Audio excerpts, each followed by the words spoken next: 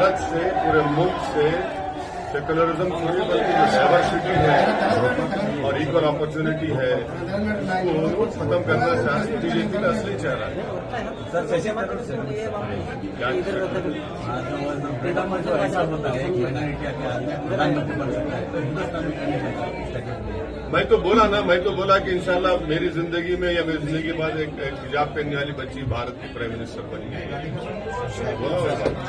Sir Karnataka में MIM कितनी मजबूत है? आने वाले एमएलए इलेक्शन को लेकर क्या मंसूबा होती है आपकी? इलेक्शन लड़ना एक पॉलिटिकल पार्टी का काम है और हम इलेक्शन लड़ेंगे। जिस तरह आपने यूपी में बहुत ज्यादा सीटें बिठाई थी, कर्नाटक में भी प्लानिंग इलेक्शन लड़ना है ना, पॉलिटिकल पार्टी का काम। हम तो कोई एनजीओ नहीं है, हमारा काम इलेक्शन लड़ना है। इलेक्शन लड़ेंगे और उस ताल्लुक से जब फैसला होना है पर इलेक्शन लड़ेंगे। क्या लड़ेंगे, कितने लड़ेंगे, वो हम सब बैठ के डिस्कस करके बात करके फैसला लेंगे। सर और एक यहाँ के विधायक बार बार दोहराते रहते हैं कि मुसलमान पाकिस्तान चले जाए, इस पर आप नहीं, उनको क्या बोलेंगे, हम तो पाकिस्तान का नाम भी नहीं लेते। हम तो नाम भी नहीं लेते नाम। इतनी मोहब्बत क्यों है उनको मालूम, मेरे को नहीं मालूम। हम तो लेते भी नहीं नाम पाकिस्तान, तो नहीं मालूम वो क्यों बोल रहे हैं। शायद उनको भारत के प्रधानमंत्री नरेंद्र मोदी बोले होंगे कैसे बोलते रहो तुम, इसलिए बोल रहा हूँ। सर आपकी फैन फॉलोइंग ज्यादा है, बड़ी तादाद में लोग आपको देखने के लिए जहां जहां जाते हैं आते हैं, लेकिन बावजूद इसके वो वोटिंग में कन्वर्ट होती नजर नहीं आती। इसकी वजह क्या सर? जमीनी सतह पर एमआईएम का वहां काम नहीं हो रहा, क्या है? वजह तो जरूर होंगी और उसका मैं इनकार नहीं कर सकता हूँ, वजह होंगी और इंशाल्लाह हम अपनी कमजोरियों को दूर करने का काम कर रहे हैं और कामयाबी मिलेंगे जरूर। मगर ये बोलना है कि कामयाबी नहीं मिल रही हम खामोश बैठ जाएंगे, ऐसा तो नहीं बैठेंगे। हम अपनी कोशिश को, मेहनत को जारी रखेंगे और इंशाअल्लाह ताला जरूर कामयाबी मिलेंगी। ये जो नौजवान जो हमारे साथ हैं ये भी कल इंशाअल्लाह ताला लीडर बनेंगे और उनके मुस्तकबिल के लिए हम ये लड़ाई लड़ रहे हैं और इंशाल्लाह वो खुद इस जिम्मेदारी को आगे लेके बढ़ेंगे। सर जेडीएस के साथ मुलायम, हाँ, आने वाले असेंबली इलेक्शंस में जेडीएस के साथ आपको देखिए लास्ट टाइम ऐसा हुआ था, लास्ट टाइम हम इलेक्शन नहीं लड़ने का फैसला ले लिए थे। उसके बाद जेडीएस के कुमारस्वामी हमारे चीफ मिनिस्टर को जाके मिले,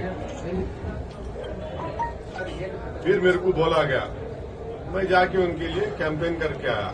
अब ऐसा नहीं हो सकता, वो अपना काम करेंगे, हम अपना काम करेंगे। तो स्टेट में ऐसा भी बात है, बीजेपी का बी टीम एमआईएम आपका पार्टी है ऐसा बोलते हैं, कांग्रेस लोग बोलते हैं, क्योंकि चलने वाला हूँ, चलो मेरे साथ आप 1 घंटा चलता हूँ मैं तो, चलो मेरे साथ, मेरे क्या करने का, वो चलते मैं भी चलता हूँ, सब चलते वो मेरे क्या मालूम, हर उनके पार्टी का प्रोग्राम है, हम क्या बोल रहे हैं।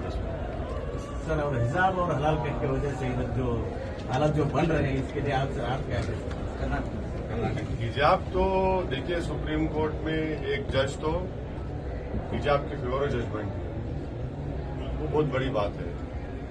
और उन्होंने ये बोले कि हिजाब के ताल्लुक से जो जज साहब फेवर जजमेंट दिए, उन्होंने ये बोले कि मुस्लिम बच्चों को पढ़ना जरूरी है और उन्होंने यहाँ तक ये बोले कि अगर हिजाब पहन के जा रहे हैं स्कूल में तो कोई बड़ी अच्छी बात है, कोई बुरी बात नहीं है, पहन सकते हैं।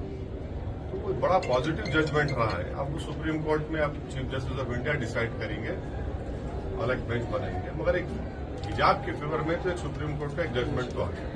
सर कर्नाटक सरकार के हलाल कट के पास हलाल कट का जोर से चल रहा है, जो दहशत माहौल पैदा हुआ है इधर माइनॉरिटी के लिए, तो वही तो बोल रहा ना, हमारा हिजाब हम बीजेपी की पसंद खतरा है, हलाल गोश्त खतरा है, मुसलमान की दाढ़ी खतरा है, मुसलमान की टोपी खतरा है, मुसलमान का खाना पीना ओढ़ना बिछोना खतरा है।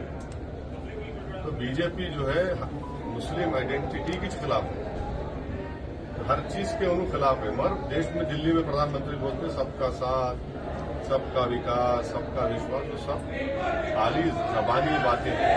मगर ये जो ग्राउंड में हो रहा ये हो रहा, शर्मा बोले, फिर उनके बाद उनका एमएलए बोला हैदराबाद में, फिर उनका एक एमपी बोला कि मुसलमानों का इकोनॉमिक बॉयकॉट करो।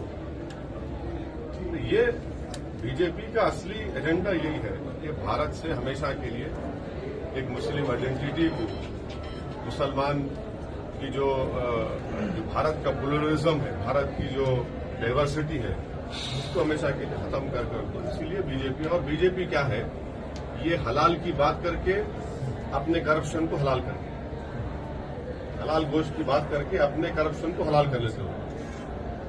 समझे ना मेरी बात, वो हलाल हो जाता, ये हलाल गोश्त हमारा उनको खराब दिखता। करप्शन उनके लिए हलाल है, और हम जो गोश्त खा रहे जो उनके लिए वो नहीं वो चेंज करेंगे। अरे इतना कमीशन खा रहे हैं, इतना वीडियोज आए उसके पूरा, एक बेचारा सुसाइड भी कर लिया था एक, उसको बारे में क्या बोलेंगे। तो हर चीज उनको जो अच्छा लगता हलाल, मुसलमानों की बात हराम, ये बीजेपी का एजेंडा है। सर, आने वाले इलेक्शन में एमआईएम से कितने विधायक लड़ेंगे, कितने सीट पर आपको? अभी टाइम है ना, अप्रैल में इलेक्शन होता बोल रहे 23 में, तो आपको जवाब देंगे, अभी जल्दी है। कर्नाटक में भी मदारिस के सर्वे की बात की जा रही है, आप इसको किस नजर से? मैं सर्वेस का खिलाफ था, हूं और रहूंगा। अगर सर्वेस करना है तो पूरे स्कूल्स का करिए, और सर्वेस करने की जरूरत ही नहीं है।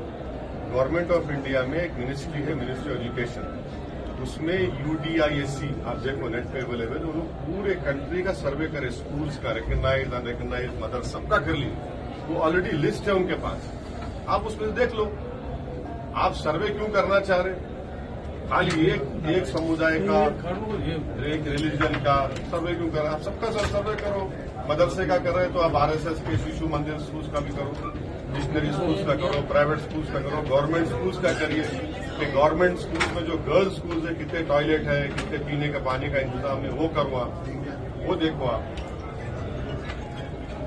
देश के आवाम को क्या मैसेज देना चाहेंगे इसका, कि क्या पैगाम देना चाहेंगे? देश के आवाम को पैगाम क्या देना चाहेंगे? देश के आवाम को ये पैगाम देना चाहेंगे कि आप नफरत को बढ़ने से रोकिए, इस देश की खूबसूरती को समझिए। इस देश की खूबसूरती यहाँ की डाइवर्सिटी है, यहाँ की प्लुरलिज्म है, यहाँ की भाईचारगी है।